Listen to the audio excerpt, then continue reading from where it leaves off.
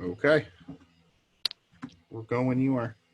Right. Hello, everyone. It's me, Rabab, and I am a member of the English division at Innopolis University. And I am glad today to introduce Professor Joseph Alexander Brown, a PhD holder, an assistant professor, an IEEE senior member, and the head of the Artificial Intelligence and Game Development Lab at Innopolis University. Today, Professor Brown is going to tell us a lot about plagiarism, and we're going to address several concepts from his experience, from what he thinks is really important for students to know about plagiarism. So I will leave the floor to you, Professor Brown. What are you going to tell us about plagiarism? Maybe we can start with the definition, and then we'll just leave the floor also to our audience and see what questions would come to the surface. Over Okay, to you, great. Professor. Great, thank you so much, Rabab. Okay. So this is a issue that is very dear to me for the fact of I did some of my first academic work in kind of academic integrity. And I mean, that's a big word for this whole thing and what is an academic misconduct and what is plagiarism. I think the first thing that we should really define is what is an academic misconduct before we define plagiarism, because plagiarism is kind of a subset of academic misconduct. And an academic misconduct is any action which gives a student an unfair advantage over any other student. So that could include things like cheating on a test. That could include plagiarism of works and the issues associated with plagiarism. It could involve destruction of university materials or preventing others from accessing those materials. It could be a disruption in class leading to like ejection from the classroom. It could be damage to property and etc. And the other thing with this is it's not only just what happens within the university itself, but this also applies if you're representing the university outside of it. So if you go to a hackathon and you've got on the Innopolis University, sweater, and you're representing us and you're causing a disturbance there, that might also be considered an academic misconduct locally within the university. But I think what we really want to talk today, and especially because everybody is working on their thesis documents and putting those together, is some of the issues around what is plagiarism inside of works. And I think there's kind of two levels of this. One is just gross and utter cheating, where you're just taking an entire section of a work, you're putting it into your paper. But I think this also includes just the higher level of academic integrity, in which it is about properly going through and referencing and citing works. And academic misconduct would say that these are actually both in the issues with students. I would say that the one is like a higher level of misconduct, and the other one is probably easier achievable, that somebody who is not necessarily malicious could end up doing via their own ignorance, either willful or unintentionally. And I think that's probably the one that we'll spend the most time talking about, is that second case, rather than in the first case where somebody just blatantly takes. Right. Then if we can start with the first question that would come to my mind, like why we should avoid plagiarism, and maybe another question that we were discussing like sometime before we start. What are the benefits of citing as one means of avoiding plagiarism? Okay. I think this is always the big worry when it comes to students is how is this actually damaging? What is the hurt by me taking this and doing it in this way? So the first bit of this is you are basically taking a piece of somebody else's work and representing it as your own. And the issue here mostly comes into the case of evaluation. So I'm marking a student and I'm seeing something that looks like it is what I have asked the question for, but it's not coming from a place where the student actually understands the answer to it. So what this means is if there's repeated instances of this or stealing of code, I mean, that's a big one too, right? Is people copying code, then we can kind of see this as all the different stakeholders in the university and how that affects them.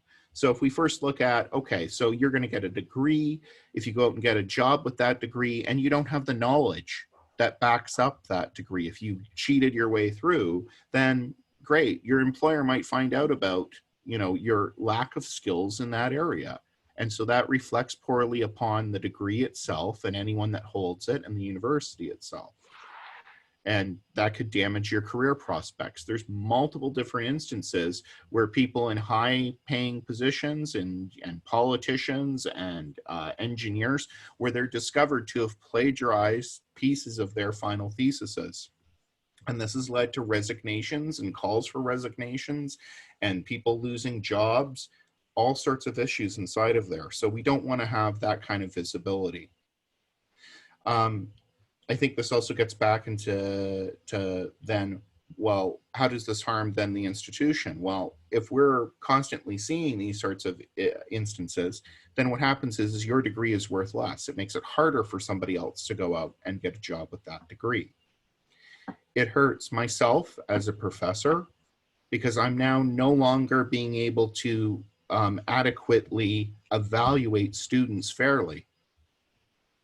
Because I'm now looking at one work which is plagiarized and one work which is not plagiarized, and I'm being told, okay, these are the exact same level of work. So I don't have the ability to fairly address issues within the class. So that means that I no longer have the ability to know where students are standing, and I no longer have the ability to intervene in order to help students that are struggling. The issue here is the rest of the student body as well. How would you feel if, I was able to get the same grade as you for less effort, less work, and less knowledge? That wouldn't make you feel very nice. But finally, and most importantly, and one of the things that I always say, is that the person you are hurting most when you're cheating or plagiarizing or committing these misconducts is yourself. The goal of the university is to have a lot of very smart, intelligent, wonderful people who are devoted to do nothing but teach you the field and the profession that you're going to be working in. That's an amazing joy. There's amazing resources put about bettering you. So when you go and you cheat, take, plagiarize, and make those actions, then what you're doing is you're throwing away that wonderful opportunity that you have in order to learn these things for yourself. So at the end of the day, the person that you cheat the most is yourself, because you've lost the ability to have a fair assessment of your work. You've lost the ability in order to group up with these people and ask them for input. And I think that this is another part of it. I don't think that anyone starts the semester and says, man, I'm going to cheat on everything in this class. I think a lot of it is that they don't engage enough with the processes that are in place in order to better their own education. And maybe that is because, oh, well, they're lazy. And maybe that is because they want to go to the bar on the Saturday night. Or maybe it is because there's an ethical issue here. But I don't think that's where a lot of people start out. I think a lot of this happens because people are scared of getting a bad mark and then make the easy way rather than engaging in the tough, difficult piece of the learning cycle. Because the learning cycle assumes that you don't know what you're doing. That's our starting point. So if you don't engage with that and say, look, I don't know what I'm doing, can you help me? Then what happens is when it comes to the end, you then go, well, I need this mark because I need this evaluation. And it's just diluting yourself in a way, because now you think that you have this piece of it. Now you had a second part of that. I'm sorry. Right. Now, yeah, I just wanted also to go probably to, since it is significantly important to avoid plagiarism, what are the tools, and like, are there steps? Like, should I follow them like step by step, or like all these tools are significantly important and I'll have to learn them all in order to avoid plagiarism in the world of academia? Yeah. So I think we need to kind of even go back to your first side of, well, what's kind of the benefits of The avoiding benefits. this? Yeah. Right. Because, do you think, Professor Brown, we can also yeah, address it while we are talking about the tools? Like if we yeah, can sure, highlight it, please. sure. Thank you so much. Well, most common issues inside of our university are two. The first issue is copying of code and taking Right. code segments. And the second piece is copying of language. So this would be probably more along your style of people taking pieces of essays or maybe in the final thesis. Tools that we commonly use for this is we use systems that are based off of measure of software similarity systems. And so what that is, they are sometimes called MOS. There's a few other ones. There's diff. And what they're doing there is basically checking a piece of code against another piece of code and looking and seeing whether the code is functionally and semantically the same. We see the same thing inside of Turnitin or any of those systems where it then does some amount of detection of this. Now, given that, how do I kind of avoid that? Well, part of it is just good practice that you shouldn't copy from other resources. But we have a system inside of academia, we recognize that we are supposed to copy certain pieces. Right. And we have a mechanism called citation and referencing. And that mechanism allows for basically a ability to take something that I would have to copy and make it okay. Now, what I mean by that is when you are taking a block, if you just take a block of text out of an essay and move it over, right? That's blatant, plagiarism, etc. But if there's a good idea inside of that and you want to talk about that idea in your own words or inside of a code, maybe there's a piece of code that's useful to whatever, you can cite that and say, reference back to here, this is where this is from. And this is inside of academia the correct way in order to utilize that information, because we are building upon the systems in place from hundreds of thousands of other people who have worked on this problem. When an essay or a thesis or anything like that is given to a student, they do a literature review, of course, because we do not assume that they know what's happening inside of the world in there. Maybe you see a certain sentence and want to say, okay, this is do. Great. Quote it, cite it, cross-reference it, and have that in there. Now the question is, well, where's the value in this? Why would I want to do this and take that time? And the answer is, when we look at academia today, so much value is placed upon citations of other researchers. Because what it is, it's a way that a researcher demonstrates their value to the bean counters up in the upper offices. And so you'll see citation counts and H indices and all of these metrics that people try to put on research. And we can have a huge discussion over why that's the case and how it's valuable, invaluable, not valuable, etc. But the current piece of this is that this is your way of kind of paying or crediting that creator of that piece. So I am paid in citations to my papers inside of other research papers. That's how I then demonstrate my value to the community, is via how many times that's referenced inside of someone else's work. So there is a huge benefit to the person who is being cited. The other piece of this is the writer gains a benefit to this too, because usually the cross-reference then alerts the person that they're citing. And if anyone I want reading my paper, it's probably somebody that I've cited in my paper, because it's probably within their own research field. And so that allows us then also to have kind of this idea of a thread through these works that we can then look up and down on and try to see what's happening inside of our own field.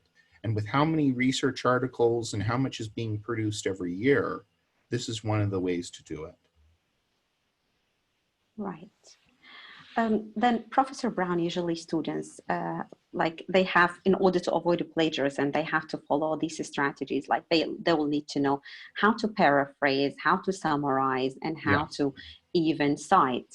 So one of the challenges, and we often hear from students, like they would say, okay, I've cited this, but when it came to the system and I was just like, I got my essay there or research or paper or whatever, like the percentage that has come there, it was really like, for example, it was not accepted. There is a question just before we get into these strategies and their importance. What determines this kind of percentage? Like sometimes it is 15, 20, whatever, and sometimes students can really go like they can select longer or relatively long quotations, and we say no, yes for this, no for that. What can determine even also the percentage for quoting? What is the, like, is there a certain kind of standard or criteria, let's say, that we can rely on in order to say this is acceptable and this is not?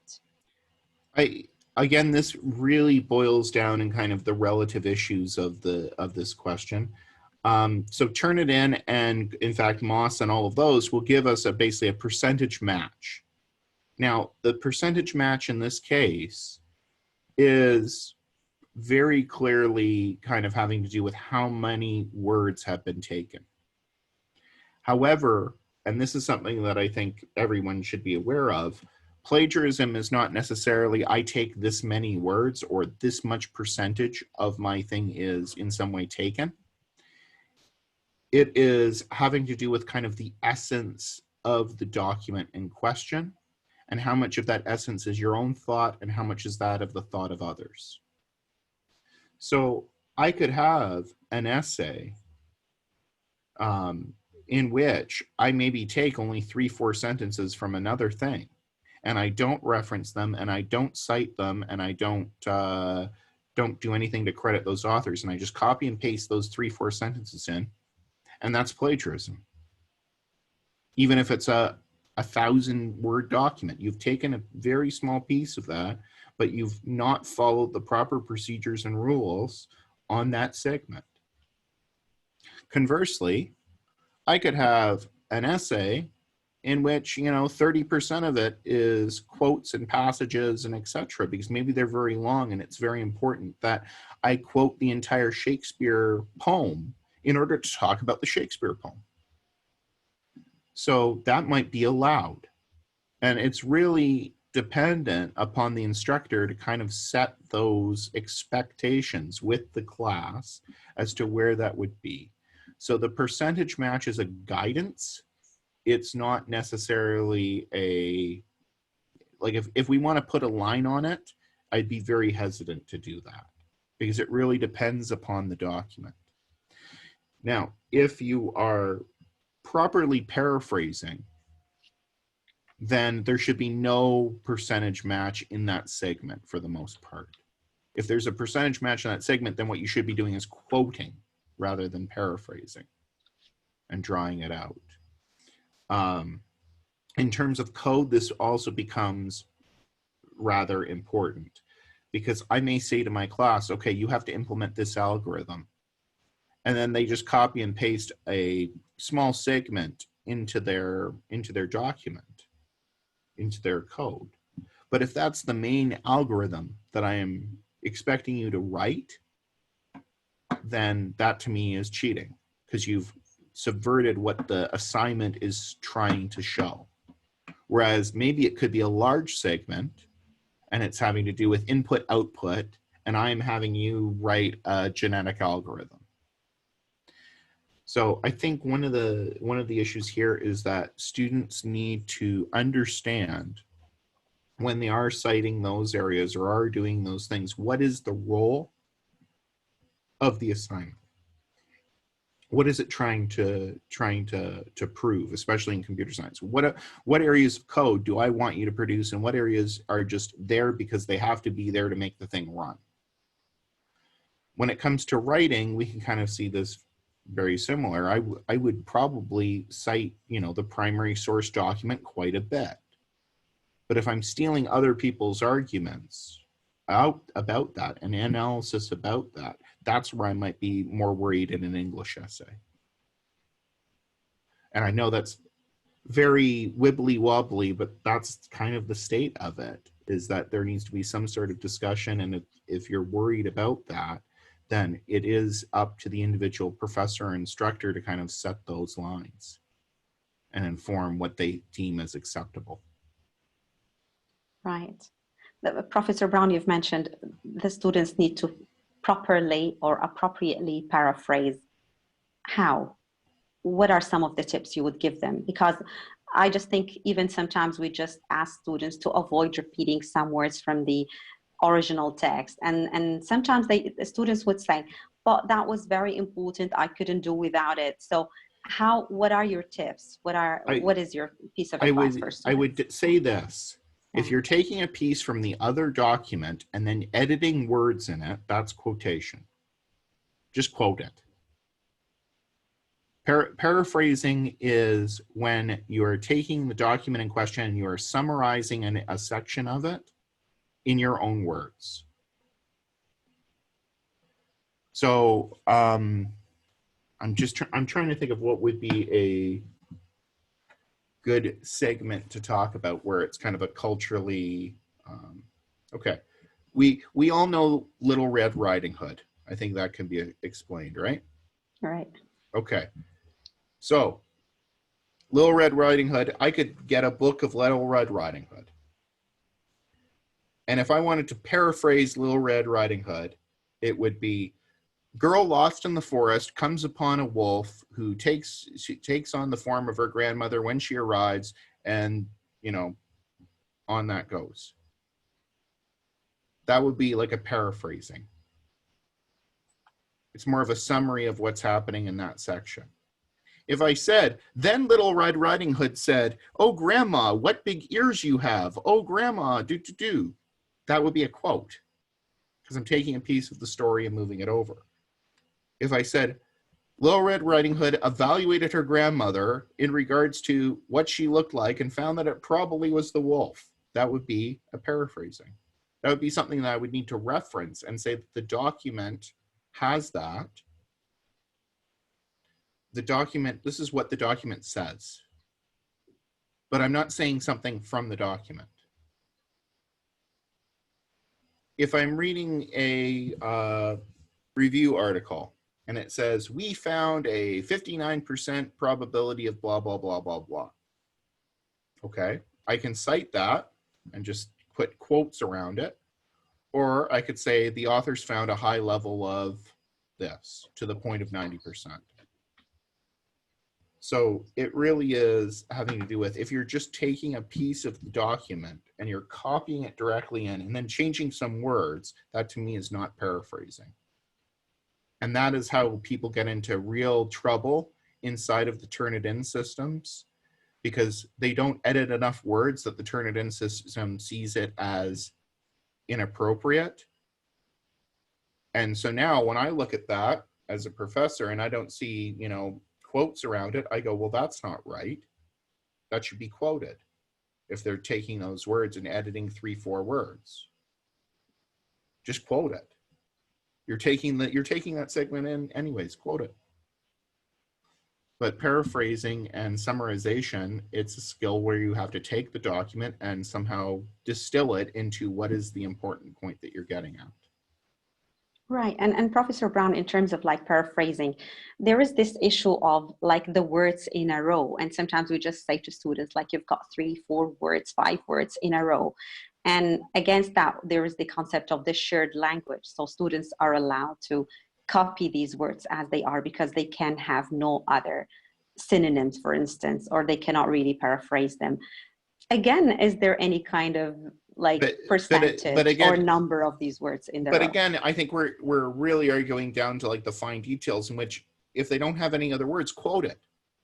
Right. There's a system in place inside of our shared experience as to what's going on in terms of this, and that is, if you cannot come up with your own words for the thing, then quote it. There's a system there. There's an out. Right. Yeah. So if I'm writing a paper and I go, man, that's a really good line, I quote it. Nobody's going to see harm in doing that in the proper way. The issue is when I take the quotations marks off. Let me explain really where the difference is here too. When I have quotation marks around something, I am not claiming that author's statement. So if it's kind of along the lines of, hark yet through yonder light through window breaks, she is the east and Juliet is the west. Joseph Brown. You would go, that's not right. So if I said, hark through yonder light window breaks, it is the east and Juliet is the west, William Shakespeare, then you'd say, okay, that makes sense. If I said, Juliet's standing in a balcony and is looking out and Romeo's watching her, Joseph Brown, based on the work of William Shakespeare. So the issue is when I'm trying to claim someone else's expression as my own expression. That's where the line is kind of drawn for me, is when you're claiming somebody else's argumentative expression as being your own expression. Right. I'm not sure if we usually face this problem because we often just warn students to be very much aware when they quote and the percentage of quotation and so on and so forth. So probably this really pops up because of like this kind of being really a lot of awareness about how much to quote, but you've already addressed this issue and I hope that would also be useful. I mean, here's the other bit with it. We're not sitting back in our offices looking through student documents hoping that we find errors. I hate, this is something I definitely want to say with this. I hate being a cop. I hate being a cop. I hate going through the whole process of this and saying, because the arguments that are brought up as reasons for this are always insane and crazy and nuts. And it mostly amounts to, they don't see this as a problem to which it needs to be addressed in the value of it. And this issue of academic integrity, it loses people. People lose jobs over this. People lose livelihoods over this.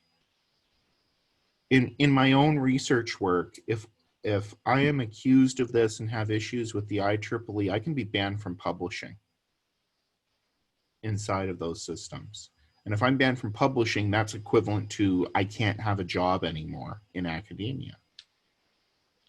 And there's been lots of instances in which an undergraduate or graduate researcher has flat plagiarized sections of papers, and it's led to a professor who, wasn't watching close enough, whether, there's questions there as to whether they should have been watching more carefully, etc., but not watching close enough. And then that's their lab, because you're gonna have the inability to publish within those journals. You're going to be fired. So this really is, everybody says, well, why do we take this so seriously? I don't think we take it seriously enough at Annapolis, quite frankly. But. Right. Mm-hmm. Can we just get back to one of these strategies that we've been addressing this summary? One of the strategies to avoid plagiarism. And one of the questions that usually we face when students write their literature review, and they'll have to sometimes shrink a text they'll have to shrink it down into a very, like a couple of lines, because that was like the goal was writing a summary or summarizing what they've come up with. Again, how much I can decide as a writer of this document that this is what is required? Do I have the right to drop down something and like involve some other details or information that I think this is more relevant to my work? So is relevancy here what determines what I would integrate in my text and what I would include in my summary? Or no, I'll have to make sure that I've covered all the main items of this text and so on and so forth. So again, do you think you can just let us know more about the summary? So you are always trying to write for effect. And because of this, when you're writing a literature review for a paper or for a thesis, what you're trying to do is somehow relate what has been done in the previous works to your work that's coming up. And so that makes it a lot easier rather than having to write, oh, and then they tried this technique, and then they tried this technique, and then they tried this technique. How does it relate back to what you're doing? And when you have something along the lines of, in this paper, so-and-so discovered blah, which relates back to my work, blah. It actually prevents a lot of these issues of plagiarism because you're talking about it so briefly that you don't have to borrow the 3, 4, 5 sentences. You have to borrow 3, 5, 4 words to explain what they're doing. So the summary can be very short indeed if you're then relating it back to the principles. Right. And so, Professor Brown, I don't know what also some of the tips you would give our students. And as you've said, now it is time for some of our students to submit the final thesis. So again, what would be the tips that you would give to our students in order to be aware of how important plagiarism is? Maybe some of the issues that wouldn't come to the minds of the students, and you as a professor, you would come up with this when students come to your office and ask them questions about their thesis, and you just realize they're not aware of how to avoid plagiarism or on how important or serious plagiarism is. Is there any concept that you think students should be really fully aware of and they usually are not?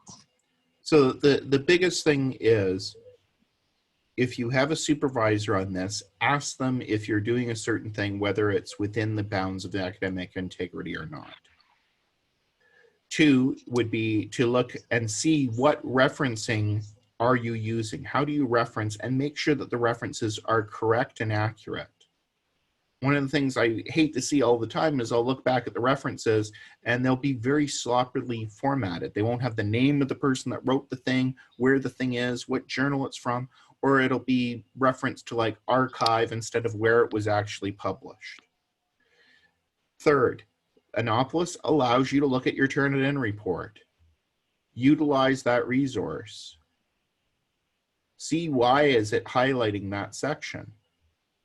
Maybe you thought, oh, well, I paraphrased it appropriately and really you did a quote. Okay, the system tells you where those pieces are, highlights them. Or maybe the other thing is, sometimes with the Turnitin system, it's wrong. You wrote something that's a unique thing and it cites it back to something that's completely unrelated to your work, and it's just phraseology in a certain area that highlights. So the percentage is not enough, and the percentage would not be, if someone comes to me and said, here's a plagiarism case and they have 23%. I don't know what that means, because Turnitin will highlight areas that are properly quoted. Turnitin will highlight those. It'll also sometimes highlight sections of the work where it's a completely spurious thing, because there's certain things that happen quite a bit. Or maybe it's a section in which it has mathematics, and there's only one way to say how to get the, standard deviation of a distribution is defined as law. Okay. So those would be the 3 things, is feel free to ask questions, engage with this and cite properly and look into how to do that. And thirdly, utilize the systems that are there for your benefit. Right. We've got a question from Ezios, and he's asking a very interesting question that I think I've heard several times from our students as well. He's asking, can we plagiarize ourselves? Yes, yes, you can. So let me give an example of this. If you submit a document to Class A, and then you take pieces of that document and submit it to Class B, that is technically plagiarism. And I think this gets into the bigger issue of academic misconduct, because what you're doing is you're utilizing that in order to have an unfair advantage against other students. So if you're submitting to same pieces of work to 2 courses, that could be problematic. In academia, we have this problem of people that make what are known as salami papers. And salami papers is when you have this really big idea and you slice it into as many little tiny minimal publishable units as possible. And those usually will have some level of self-similarity just because you're talking about the same thing. So it's always best to not copy and paste from another document, but rewrite the sections inside of that. There's certain amounts that's acceptable. And again, you can cite yourself. So if you've come up with this thing and you say, okay, well, that's close. As seen in my previous paper, cite,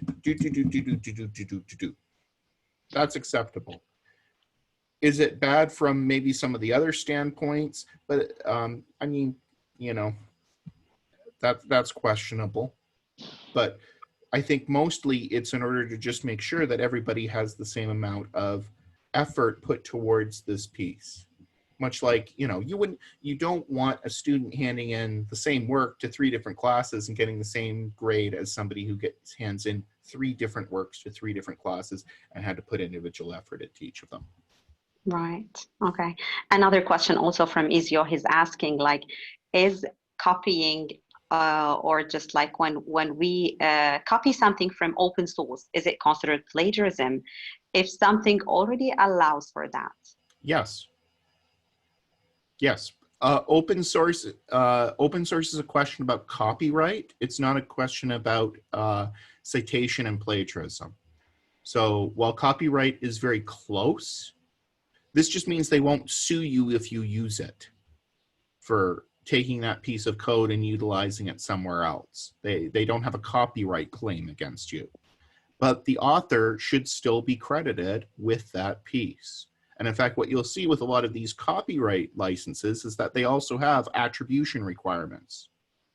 So this also kind of bridges the issue here of if something is open source and under a copyleft, it may have an attribution license. And if you do not cite it, it also counts as a lack of attribution, which could also put you into copyright concerns. Right. But that's a legal worry, not an academic worry. There's nothing open source. If you're being told cite code from where you get it and it's from an open source, that's no different than if it was taken from a proprietary source. Right.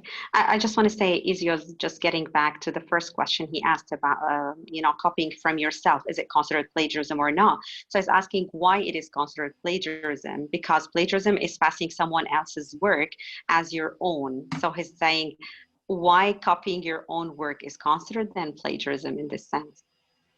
So, he needs more clarification, probably. So again, I think the term plagiarism is subsumed by academic integrity. So plagiarism it might not be plagiarizing yourself in the direct definition of plagiarism, but it would be an academic misconduct. It would be like copying on a test. It's giving yourself an unfair academic advantage. So it is basically you're copying off and passing it off as, in this case, a new thought, whereas it was a previous thought of yours. So I know it's very hard to kind of, you know, perspectivize it from this sense, but just go back to my original rationale of if a student hands in the same work for multiple classes and is given grades versus a student who hands in 2 different works for those classes, there was an unfair academic advantage. Right. I think Ezios has got a very interesting question again, and he's saying there are rules, restrictions, and we know what plagiarism is, but why we still have plagiarism? It's very hard to answer this question, I guess. There are rules, there are restrictions against murdering. We still have murder. I mean, we get into kind of the philosophical side of this. My thoughts on it usually is the following. We have 2 students. We'll call them Alice and Bob. And Alice works really hard, starts working on her assignment really early, writes up her assignment. Bob, maybe he is having difficulties. Maybe he is just lazy. Maybe he felt like going and partying that weekend.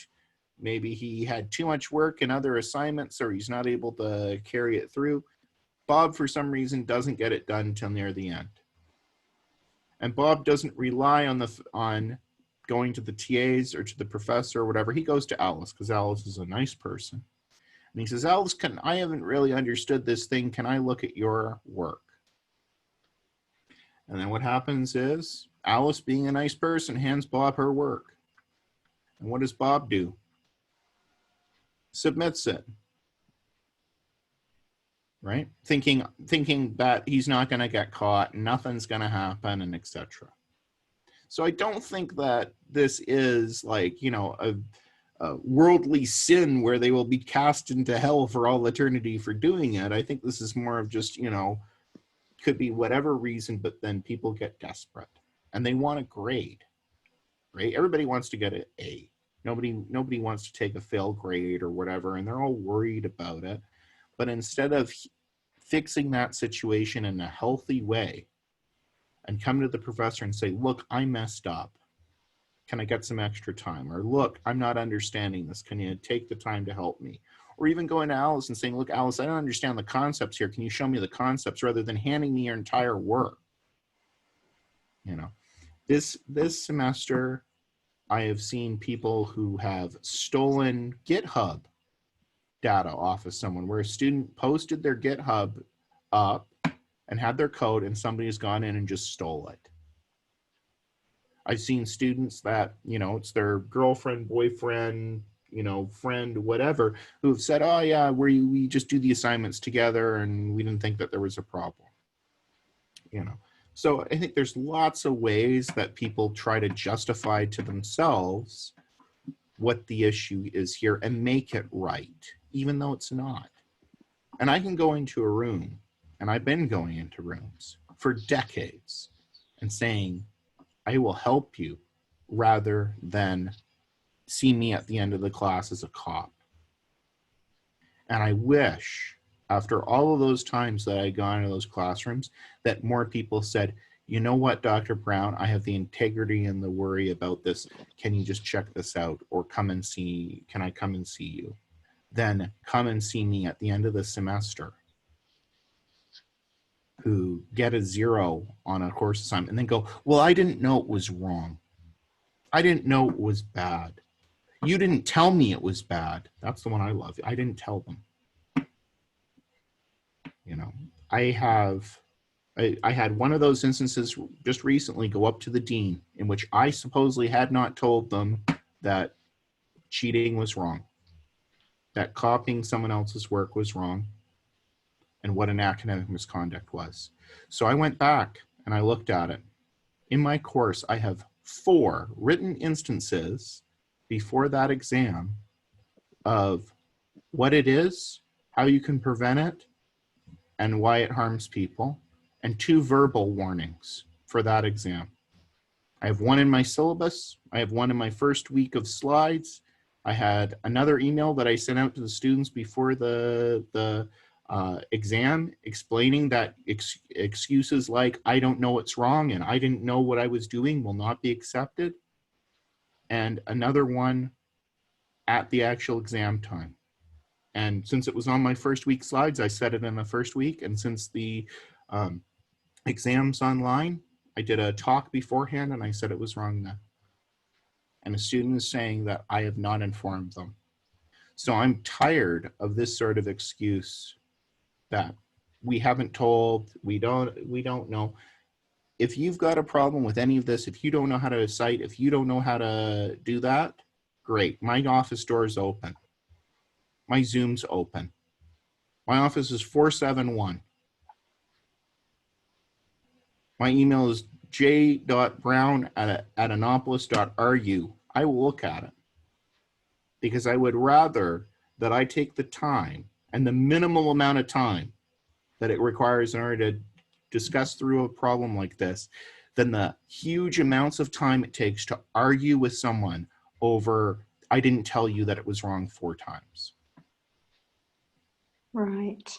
I think Ezios has got another comment, and I just wanted to know, maybe we can ask him later for more clarification, but he's saying, of course, not everyone will have this advantage because everyone is not the guy's friend but still, why we consider like this kind of behavior as a kind of misconduct? If the author solely takes the responsibility, someone else can use their work whichever way someone wants. Like, Okay. So really simple. I'm the nice guy in class. I write it right off the start of the bow of the class. I send that file to every other student within the classroom, and I say, you're free to use my solution if you want. Okay, that means one person wrote that piece of code and nobody else in the room wrote that piece of code, and everybody gets the same mark. So my question is that fair? Does that meet with the standard of what we're trying to do? Because evaluation is not based on completing an assignment and just having something. It's based off of knowing what the thing is. So one person has demonstrated their knowledge, and N-1 people in the class have demonstrated that they know how to get code off the internet.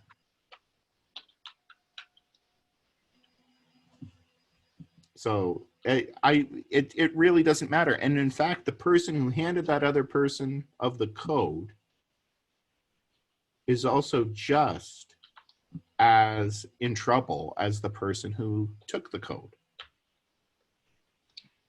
right. Okay, Professor Brown. So may we just wrap it up and just leave the floor now to you in order to tell us what you would say to our students, how to avoid like these golden tips, I would call them.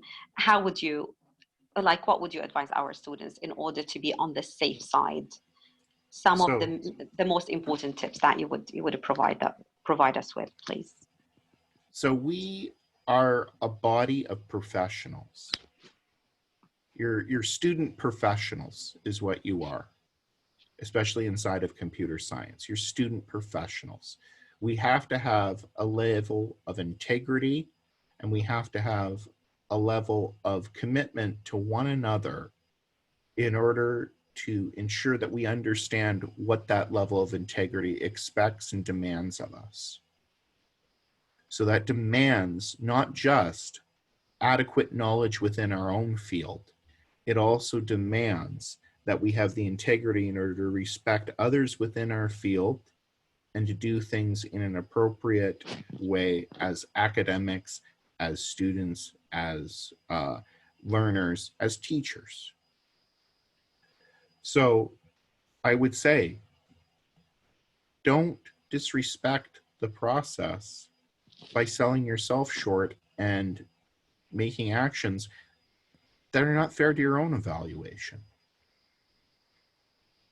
I would much rather, and I've probably said that 3 or 4 times, I would much rather spend the time to teach a student the appropriate way of doing something than to argue with them in my office when there's something that's gone wrong.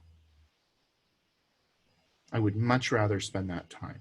So don't think of us as the horrid cops. Think of us as people who are here in order to wholeheartedly teach you the way that this is done. Okay. And I know that, like, Rabab, if you had students asking questions about how to better cite things or how to better revise things, that you would step right in and help out. If I get sent an email from someone, I'll step right in and help out.